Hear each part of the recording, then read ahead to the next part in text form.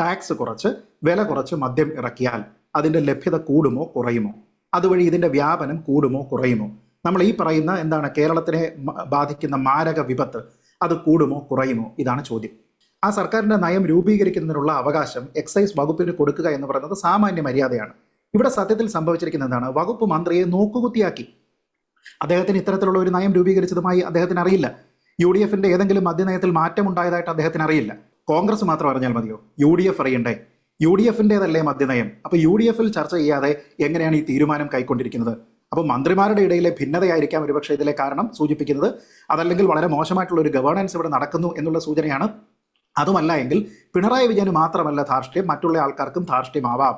അപ്പം ഞാനിത് നടപ്പാക്കാൻ പോകുന്നു എന്ന് പറഞ്ഞുകൊണ്ട് ഞാൻ ഈ നയത്തിനെയാണ് ഇവിടെ നടപ്പാക്കാൻ പോകുന്നത്, അതിനൊരു ഉപാധിയായിട്ട് മാത്രം ഞാൻ ഇവിടുത്തെ ടാക്സിനെ പറയുന്നു എന്ന് പറഞ്ഞാൽ അത് ധാർഷ്ട്യമാണ്. ഈ മൂന്നെണ്ണത്തിൽ ഒന്നാണ്. സർക്കാരിന് കിട്ടേണ്ടുന്ന കോടികൾ വൻകിട ഡിസ്റ്റിലറികൾക്ക് എത്തിക്കാനുള്ള പരിപാടിയാണ്. അപ്പോൾ ബോധപൂർവം സർക്കാരിന് ഖജനാവിന് നഷ്ടമുണ്ടാക്കുകയും സ്വകാര്യ വ്യക്തികൾക്ക് ലാഭമുണ്ടാക്കുകയും ചെയ്യുന്നതിന് വേണ്ടിയിട്ട് ശ്രമിക്കുന്നു എന്ന് പറഞ്ഞിട്ട് കുറച്ച് നാൾ കഴിയുമ്പോഴത്തേക്ക് അദ്ദേഹം തന്നെ അതിൽ മാറ്റം വരുത്തിയിട്ടുണ്ടെങ്കിൽ അത് U-ടേൺ ആണ് എന്തെങ്കിലും സമ്മതിക്കണം. മദ്യം ഉൾപ്പെടെയുള്ള ലഹരി വിഷയങ്ങളെ വളരെ സെൻസിറ്റീവായിട്ടുള്ള സാമൂഹ്യ വിഷയമായിട്ടാണ് കേരളത്തിൽ എല്ലാ കാലവും കണക്കാക്കിയിട്ടുള്ളത്. ശ്രീജിത്ത്, എത്ര കിട്ടിയെന്നാണ് ചോദ്യം. അപ്പോൾ കിട്ടുമെന്നും കിട്ടുന്ന ഏർപ്പാടാണെന്നും ഒക്കെ നല്ല ധാരണയുണ്ട് മുൻ എക്സൈസ് വകുപ്പ് മന്ത്രിക്ക്. ശ്രീജിത്ത്, ഇതൊന്നല്ല, ഇതൊക്കെ നിലപാട് മാറരുതെന്നോ നയം മാറരുതെന്നോ പുതിയ ദിശാബോധം ഉണ്ടാവരുതെന്നോ അല്ല. ഇത് എങ്ങനെ ഉണ്ടാകുന്നു, ആര് തീരുമാനിക്കുന്നു, എവിടെ തീരുമാനിക്കുന്നു, ആരോട് ചോദിച്ചിട്ട് തീരുമാനിക്കുന്നു? സ്വന്തം മന്ത്രിസഭയിലെ അംഗങ്ങൾ തന്നെ കൈമലർത്തി കാണിക്കുന്നു. ഒന്നല്ല, ഇപ്പോൾ ബന്ധു നിയമനം, അളിയന്റെ നിയമനം പോലും മുഖ്യമന്ത്രി കാണാതെ ഉണ്ടായതല്ല.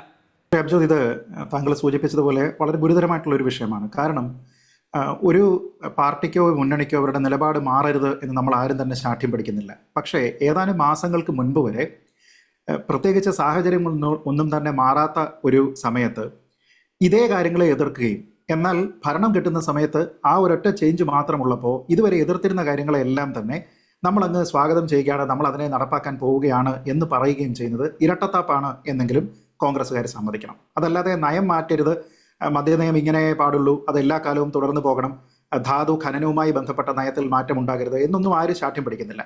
പക്ഷേ ഒരു നയത്തിൻ്റെ പേരിൽ അതിനെ എതിർത്തുകൊണ്ട് നിങ്ങളൊരു പൊതുജനാഭിപ്രായം ഉണ്ടാക്കിയതിന് ശേഷം പിന്നീട് ആ കാര്യത്തിനെ നിങ്ങൾ തന്നെ ഇന്ന് വിഴുങ്ങിയിട്ട് പോവുകയാണ് എന്നെങ്കിലും സമ്മതിക്കാനുള്ള മാന്യത അതെങ്കിലും ചുരുങ്ങിയത് അവർ കാണിക്കണം.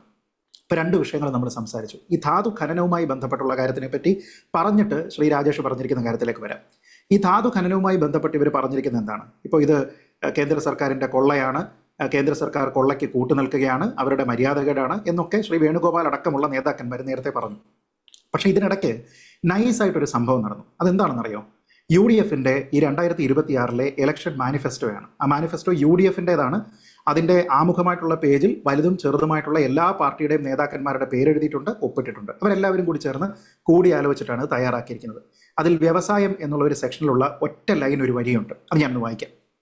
ഇൽമനൈറ്റ്, മോണോസൈറ്റ് ഉൾപ്പെടെയുള്ള ധാതു വിഭവങ്ങളുടെ ശാസ്ത്രീയവും മൂല്യവർദ്ധിതവുമായ വിനിയോഗത്തിനായി നൂതന വ്യവസായങ്ങൾ വികസിപ്പിക്കും. അപ്പോൾ പ്രത്യേകിച്ച് നമ്മളോട് ആരോടും പറഞ്ഞില്ലെങ്കിലും ഇവർ തന്നെ നേരത്തെ എല്ലാവരും കൂടി ചേർന്ന് തീരുമാനിച്ചിട്ട് ഒരു വരിയിൽ ഇതിലേക്ക് എഴുതി ഈ കാര്യത്തിനെ പറ്റി എവിടെയൊക്കെ പോയി പ്രസംഗിച്ചോ അവിടെ ഞങ്ങൾ നിലപാട് മാറ്റിയിട്ടുണ്ട് എന്നവർ പറഞ്ഞില്ല. പക്ഷേ അവരത് മാനിഫെസ്റ്റോയിൽ എഴുതി. അപ്പോൾ ആ ഒരു കാര്യമാണ് അവിടെ സംഭവിച്ചിരിക്കുന്നത്. പക്ഷേ മദ്യനയവുമായി ബന്ധപ്പെട്ട് ഇങ്ങനെയല്ല. മദ്യനയത്തിൽ ഇവർ മാനിഫെസ്റ്റോയിൽ എഴുതിയിരിക്കുന്നത് ഇങ്ങനെയാണ്: മദ്യം, മയക്കുമരുന്ന്, ഇതിനെ രണ്ടിനെയും ഒന്നിച്ചാണ് കാണുന്നത്. ലഹരി എന്ന ബ്രാക്കറ്റിലാണ്. മദ്യം, മയക്കുമരുന്ന് തുടങ്ങിയ ലഹരി പദാർത്ഥങ്ങളുടെ വ്യാപനം കേരളത്തിൽ അതിഗുരുതരമായ വിപത്തായി മാറിയ സാഹചര്യത്തിൽ കേരളത്തെ ഈ മാരക വിപത്തിൽ നിന്ന് മുക്തമാക്കുക എന്ന ലക്ഷ്യം മുൻനിർത്തിയുള്ള ശക്തവും ഫലപ്രദവുമായ നയങ്ങളും കർമ്മ പദ്ധതികളും ആവിഷ്കരിച്ച് നടപ്പാക്കും എന്നാണ് പറയുന്നത്. ഞാൻ ചോദിക്കുന്നത്, ടാക്സ് കുറച്ച് വില കുറച്ച് മദ്യം ഇറക്കിയാൽ അതിൻ്റെ ലഭ്യത കൂടുമോ കുറയുമോ? അതുവഴി ഇതിൻ്റെ വ്യാപനം കൂടുമോ കുറയുമോ?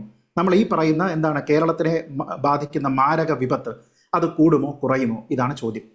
അപ്പോൾ എന്ന് വെച്ചാൽ ഇവരുടെ മാനിഫെസ്റ്റോയിൽ എഴുതിയിരിക്കുന്നതിന് നടപ്പാക്കുന്നതിന് ഉതകുന്ന രീതിയിലത്തേക്കുള്ള ഒരു സമീപനമല്ല ബജറ്റിൽ സ്വീകരിച്ചിരിക്കുന്നത് എന്നുള്ളതാണ് ഒരു പ്രധാനപ്പെട്ട കാര്യം. രണ്ടാമത്തെ ഇതിലെ ഏറ്റവും പ്രധാനപ്പെട്ട പ്രശ്നം എന്ന് പറയുന്നത് മദ്യനയം എന്ന് പറയുന്നത് നമുക്കറിയാം വളരെ കൃത്യമായിട്ട് സർക്കാരിൻ്റേതായിട്ടുള്ള ഒരു നയമാണ്. ആ സർക്കാരിൻ്റെ നയം രൂപീകരിക്കുന്നതിനുള്ള അവകാശം എക്സൈസ് വകുപ്പിന് കൊടുക്കുക എന്ന് പറയുന്നത് സാമാന്യ മര്യാദയാണ്. ഇവിടെ സത്യത്തിൽ സംഭവിച്ചിരിക്കുന്നത് എന്താണ്? വകുപ്പ് മന്ത്രിയെ നോക്കുകുത്തിയാക്കി. അദ്ദേഹത്തിന് ഇത്തരത്തിലുള്ള ഒരു നയം രൂപീകരിച്ചതുമായി അദ്ദേഹത്തിന് അറിയില്ല. UDF ഏതെങ്കിലും മദ്യനയത്തിൽ മാറ്റമുണ്ടായതായിട്ട് അദ്ദേഹത്തിന് അറിയില്ല. അപ്പോൾ മദ്യനയം രൂപീകരിക്കുക എന്നുള്ള അടിസ്ഥാന അവകാശം, അത് ഡ്രാഫ്റ്റ് ചെയ്യുന്നതിനുള്ള അവകാശം എക്സൈസ് വകുപ്പിന് കൊടുക്കാതെ അവർ മറ്റുള്ള ആൾക്കാരെ കൺസൾട്ട് ചെയ്തതിന് ശേഷം ചെയ്യട്ടെ എന്ന് തീരുമാനിക്കാതെ ശ്രീജിത്തിന്റെ സമയം ഞാൻ അപഹരിക്കുകയല്ല, വളരെ കൃത്യമായ ഒരു വാചകം വി.ഡി. സതീശൻ ഈ വാർത്താ സമ്മേളനത്തിൽ പറയുന്നുണ്ട്. നികുതി ഘടന തീരുമാനിക്കാതെ വീര്യം കുറഞ്ഞ മദ്യം വരില്ല എന്ന് പറഞ്ഞാൽ വളരെ നിഷ്കളങ്കമായി നികുതി ഘടന തീരുമാനിച്ചതല്ല, വീര്യം കുറഞ്ഞ മദ്യം വരാനായാണ്. അത് മുഖ്യമന്ത്രി വി.ഡി. സതീശൻ തീരുമാനിച്ചു കഴിഞ്ഞു. എക്സാക്ട്ലി. കാരണം നിലവിലുള്ള ഒരു കാര്യത്തിന്റെ നികുതി ഘടന അദ്ദേഹം മാറ്റം വരുത്തുക എന്ന് പറയുന്നത് നമുക്കറിയാം. പക്ഷേ മദ്യവുമായി ബന്ധപ്പെട്ട് വീര്യം കുറഞ്ഞ മദ്യം എന്ന രീതിയിലത്തേക്കുള്ള ഒരു പുതിയ കാറ്റഗറൈസേഷൻ ഇവിടെ കൊണ്ടുവരുന്നുണ്ടെങ്കിൽ അത് ഡയറക്ട്ലി ലിങ്ക് ചെയ്തിരിക്കുന്നത് നികുതിയിലേക്കല്ല, മറിച്ച് സംസ്ഥാന സർക്കാരിന്റെ മദ്യനയത്തിലേക്കാണ് എന്നതിനെക്കുറിച്ച് അറിയാവുന്ന സാമാന്യ ബോധമുള്ള ആൾക്കാർ തന്നെയാണ് വി.ഡി. സതീശനും അദ്ദേഹത്തിന്റെ ഗവൺമെന്റിനും വോട്ട് ചെയ്ത് അവരെ അധികാരത്തിൽ കയറ്റിയിരിക്കുന്നത്. അപ്പോൾ ആ വകുപ്പിനെ നോക്കുകുത്തിയാക്കിക്കൊണ്ട് മദ്യനയം രൂപീകരിക്കാനുള്ള അടിസ്ഥാനപരമായിട്ടുള്ള അവകാശം പോലും അവർക്ക് നൽകാതെ ഇങ്ങനെ ഇദ്ദേഹം സ്വന്തമായിട്ട് തീരുമാനമെടുത്തു എന്നുള്ളതാണ് രണ്ടാമത്തെ ഗുരുതരമായിട്ടുള്ള പ്രശ്നം. 3, നയപരമായിട്ടുള്ള ഒരു വഞ്ചനയുണ്ട്. കാരണം ഇത് എക്സൈസ് മാത്രം തീരുമാനിച്ചാൽ പോരാ, മുഖ്യമന്ത്രി മാത്രം തീരുമാനിച്ചാൽ പോരാ. മദ്യനയം എന്ന് പറയുന്നത് മന്ത്രിസഭയിൽ ചർച്ച ചെയ്തിട്ട് വേണം തീരുമാനമെടുക്കാൻ. ഇന്നിപ്പോൾ ഒന്ന് കുത്തിക്കൊണ്ട് ആഭ്യന്തരമന്ത്രി ശ്രീ രമേശ് ചെന്നിത്തല പറയുന്നത് കേട്ടല്ലോ, മന്ത്രിസഭയാണ് തീരുമാനിക്കേണ്ടത്. അടുത്തത് മന്ത്രിസഭ മാത്രം അറിഞ്ഞാൽ മതിയോ? കോൺഗ്രസ് ഇതറിയണം. അതുകൊണ്ട് കോൺഗ്രസിന്റെ അധ്യക്ഷൻ അറിയണം. അദ്ദേഹത്തിനോട് ഇന്ന് ചോദിച്ചപ്പോൾ അദ്ദേഹം എന്താ പറഞ്ഞത്? ഞാനിത് കുടിച്ചു നോക്കിയിട്ടില്ല എന്ന് പറഞ്ഞതിന് ശേഷം അദ്ദേഹം അങ്ങ് പോയി. അപ്പോൾ അദ്ദേഹം കുടിച്ചിട്ടുമില്ല, അദ്ദേഹം ഇതിനെക്കുറിച്ച് അറിഞ്ഞിട്ടുമില്ല. അടുത്തതോ, കോൺഗ്രസ് മാത്രം അറിഞ്ഞാൽ മതിയോ? UDF അറിയണ്ടേ? UDFിൻ്റെതല്ലേ മദ്യനയം? അപ്പോൾ UDFിൽ ചർച്ച ചെയ്യാതെ എങ്ങനെയാണ് ഈ തീരുമാനം കൈക്കൊണ്ടിരിക്കുന്നത്? അപ്പോൾ മന്ത്രിമാരുടെ ഇടയിലെ ഭിന്നതയായിരിക്കാം ഒരുപക്ഷെ ഇതിലെ കാരണം സൂചിപ്പിക്കുന്നത്. അതല്ലെങ്കിൽ വളരെ മോശമായിട്ടുള്ള ഒരു ഗവേണൻസ് ഇവിടെ നടക്കുന്നു എന്നുള്ള സൂചനയാണ്. അതുമല്ല എങ്കിൽ പിണറായി വിജയന് മാത്രമല്ല ധാർഷ്ട്യം, മറ്റുള്ള ആൾക്കാർക്കും ധാർഷ്ട്യമാവാം. അപ്പം ഞാനിത് നടപ്പാക്കാൻ പോകുന്നു എന്ന് പറഞ്ഞുകൊണ്ട് ഞാൻ ഈ നയത്തിനെയാണ് ഇവിടെ നടപ്പാക്കാൻ പോകുന്നത്, അതിനൊരു ഉപാധിയായിട്ട് മാത്രം ഞാൻ ഇവിടുത്തെ ടാക്സിനെ പറയുന്നു എന്ന് പറഞ്ഞാൽ അത് ധാർഷ്ട്യമാണ്. ഈ 3 ഒന്നാണ്, അതല്ലാതെ മറ്റൊന്നല്ല. അത് ഗുരുതരമായിട്ടുള്ള ഒരു പ്രശ്നമാണ്. ഇനി നമ്മൾ ആദ്യം പ്ലേ ചെയ്തിരിക്കുന്ന ഒരു വീഡിയോ ശ്രീ സതീശന്റെ തന്നെ നിലപാടിൽ നിന്നുള്ള യു-ടേൺ. പ്രതിപക്ഷത്തിരിക്കുന്ന സമയത്ത് വീര്യം കുറഞ്ഞ മദ്യത്തിന്റെ നികുതി കുറയ്ക്കാനുള്ള തീരുമാനം വന്നാൽ അത് കോടികളുടെ അഴിമതിയാകും, അത് തെരഞ്ഞെടുപ്പിനെ സഹായിക്കാനുള്ള കാര്യവും പിന്നെ സർക്കാരിന് നഷ്ടം വരുത്തുന്നുണ്ട് എന്നുള്ളതാണ് അദ്ദേഹം പറയുന്നത്. അതായത് സർക്കാരിന് കിട്ടേണ്ടുന്ന കോടികൾ വൻകിട ഡിസ്റ്റിലറികൾക്ക് എത്തിക്കാനുള്ള പരിപാടിയാണ്. അപ്പോൾ ബോധപൂർവം സർക്കാരിന് ഖജനാവിന് നഷ്ടമുണ്ടാക്കുകയും സ്വകാര്യ വ്യക്തികൾക്ക് ലാഭമുണ്ടാക്കുകയും ചെയ്യുന്നതിന് വേണ്ടിയിട്ട് ശ്രമിക്കുന്നു എന്ന് പറഞ്ഞിട്ട് കുറച്ച് നാൾ കഴിയുമ്പോഴത്തേക്ക് അദ്ദേഹം തന്നെ അതിൽ മാറ്റം വരുത്തിയിട്ടുണ്ടെങ്കിൽ അത് യു-ടേൺ ആണ് എന്തെങ്കിലും സമ്മതിക്കണം. ഇനി അടുത്തത് 5ാമത്തെ പോയിന്റ്, മദ്യം ഉൾപ്പെടെയുള്ള ലഹരി വിഷയങ്ങളെ വളരെ സെൻസിറ്റീവായിട്ടുള്ള സാമൂഹ്യ വിഷയമായിട്ടാണ് കേരളത്തിൽ എല്ലാ കാലവും കണക്കാക്കിയിട്ടുള്ളത്. അതുകൊണ്ട് തന്നെ മദ്യനയം എന്ന് പറയുന്നത് എല്ലായ്പ്പോഴും കേരളത്തിലെ സാമൂഹ്യമായിട്ടുള്ള ഒരു റെസ്പോൺസിബിലിറ്റിയുടെ സാഹചര്യത്തിലാണ് അതിനെ ഡ്രാഫ്റ്റ് ചെയ്തിരിക്കുന്നത്. അത് തന്നെയാണ് ഞാൻ അല്പം മുമ്പ് മാനിഫെസ്റ്റോയിൽ പറഞ്ഞിരിക്കുന്നത്. മദ്യത്തിനെയും മയക്കുമരുന്നിനെയും ചേർത്ത് ലഹരി എന്നുള്ള ഒറ്റ ബ്രാക്കറ്റിലാണ് പറഞ്ഞിരിക്കുന്നത്. അപ്പോൾ നമ്മുടെ നാട്ടിലെ സമൂഹത്തിൻ്റെ സമ്പത്ത് എന്ന് പറയുന്നത് നമ്മുടെ ഭാവി തലമുറയാണ്. അപ്പോൾ ആ യുവതലമുറയുടെ ഭാവിയെ ബാധിക്കാവുന്ന എല്ലാ വിഷയങ്ങളെയും കുറിച്ചും ആൾക്കാർ ആരെങ്കിലും എന്തെങ്കിലും തരത്തിലുള്ള ആശങ്ക പ്രകടിപ്പിച്ചാൽ അതിനെ വളരെ സെൻസിറ്റീവായിട്ടുള്ള ഒരു വിഷയമായിട്ട് തന്നെ കാണണം.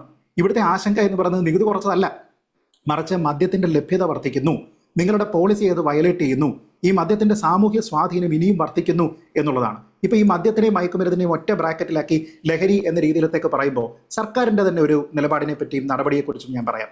ഒരു ഭാഗത്ത് ഓപ്പറേഷൻ തൂഫാൻ എന്നൊരു സംഭവം നടത്തുന്നു. അതുവഴി എന്താ ചെയ്യുന്നത്? ലഹരിക്കാരെ അടിച്ചമർത്തുന്നു. മറ്റൊരു ഭാഗത്ത് മദ്യത്തിന്റെ ടാക്സ് കുറയ്ക്കുന്നു, വില കുറയ്ക്കുന്നു. അപ്പോൾ എന്താ സർക്കാർ ഉദ്ദേശിക്കുന്നത്? ആൾക്കാർ അടിച്ച് തൂഫാനായിക്കോട്ടെ എന്നാണോ? ഞാൻ പറഞ്ഞത് രണ്ടും കൂടി എങ്ങനെ ഒന്നിച്ചു പോവുക? ഒരു ഭാഗത്ത് നിങ്ങൾ ഉദ്ദേശിക്കുന്ന തൂഫാനല്ല മദ്യത്തിന്റെ കാര്യത്തിലെ ലഭ്യത വർദ്ധിപ്പിക്കുന്നത് കൊണ്ട്, അതിന്റെ വില കുറയ്ക്കുന്നത് കൊണ്ട് ഇവിടെ ഉണ്ടാകുന്ന തൂഫാൻ.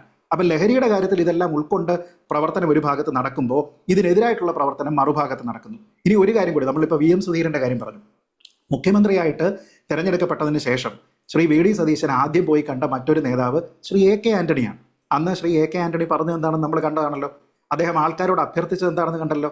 പാപ്പരായിട്ടുള്ള ഒരു സംസ്ഥാനമാണ് കേരളം, അതിനെ കരകയറ്റുന്നതിന് വേണ്ടി നിങ്ങൾ സതീശന് സാവകാശം നൽകണം എന്ന് പറഞ്ഞു. അപ്പോൾ മദ്യത്തിന്റെ കാര്യത്തിൽ ഇവിടെ ചാരായ നിരോധനം നടപ്പാക്കിയിരിക്കുന്ന ഒരു വ്യക്തിയെ സംബന്ധിച്ചിടത്തോളം ഇങ്ങനെയാണോ കേരളത്തിനെ കരകയറ്റേണ്ടത് എന്ന് പറയാനോ പ്രതികരിക്കാനുള്ള ഉത്തരവാദിത്വമില്ലേ? ഇപ്പൊ ശ്രീ സുധീരൻ പറഞ്ഞിരിക്കുന്നു, അദ്ദേഹം വിമർശനാത്മകമായിട്ട് കാര്യങ്ങൾ പറഞ്ഞിരിക്കുന്നു. നേരത്തെ തന്നെ അദ്ദേഹത്തിനുണ്ടായിരുന്ന അഭിപ്രായ വ്യത്യാസത്തെ പറ്റി അദ്ദേഹം തുറന്നു പറഞ്ഞതാണ്. അതിന്റെ തുടർച്ചയായിട്ടാണ് അദ്ദേഹം വീണ്ടും കാര്യങ്ങൾ പറയുന്നത്. ജൂൺ മാസം 1-ാം തീയതി കത്തെഴുതിയിരുന്നു. അതുമായി ബന്ധപ്പെട്ട് അതിനുശേഷം നമ്മൾ ആശയവിനിമയവും നടത്തിയിരുന്നല്ലോ. ഈ പ്രഖ്യാപനവുമായി ബന്ധപ്പെട്ടും അത് കഴിഞ്ഞും ആശയവിനിമയം നടത്തിയിരുന്നല്ലോ. ഇനി കത്തിൽ ചൂണ്ടിക്കാട്ടുന്നത് അപ്പോൾ സുധീരന്റെ കത്തിനോ അല്ലെങ്കിൽ സുധീരന്റെ അഭിപ്രായത്തിനോ ആശയത്തിനോ അത്ര വിലയെ കൊടുക്കുന്നുണ്ടാവും. അതല്ലെങ്കിൽ സുധീരനെ ബോധ്യപ്പെടുത്തണം. സുധീരനാണ് ശരി എന്നല്ല ഞാൻ പറയുന്നത്. സുധീരൻ പറയുന്നതിനെ പരിഗണിക്കുന്നില്ലെങ്കിൽ സുധീരനെ ബോധ്യപ്പെടുത്തിയിട്ടാവണ്ടേ, അല്ലെങ്കിൽ ബോധ്യപ്പെടുത്താനുള്ള ശ്രമമെങ്കിലും നടത്തിയിട്ടാവണ്ടേ. ഇപ്പോൾ ശ്രീജിത്ത് തന്നെ സൂചിപ്പിച്ചതുപോലെ വീര്യം കുറഞ്ഞ മദ്യത്തിന്റെ നികുതി കുറയ്ക്കുന്നത്, മറ്റ് സ്ലാബിൽ നിന്ന് മാറ്റുന്നത് സർക്കാരിന് കോടികൾ നഷ്ടപ്പെടുത്തുകയും ഡിസ്റ്റിലറികൾക്ക് കോടികൾ നേടുകയും ചെയ്യുന്നതിന് വേണ്ടിയാണെന്ന് പറഞ്ഞ സതീശൻ ഇടതും ഇപ്പോൾ ചെയ്യുന്നത് എന്താണ്? ഇടതുമുന്നണിക്ക് സർക്കാരിന് നഷ്ടം വരുത്താൻ ഞങ്ങൾ അനുവദിച്ചില്ല, ഇടതുമുന്നണിയെ ഡിസ്റ്റിലറികൾക്ക് ലാഭം ഉണ്ടാക്കാൻ ഞങ്ങൾ അനുവദിച്ചില്ല, അതേ ജോലി ഞാനിതാ ചെയ്തിരിക്കുന്നു.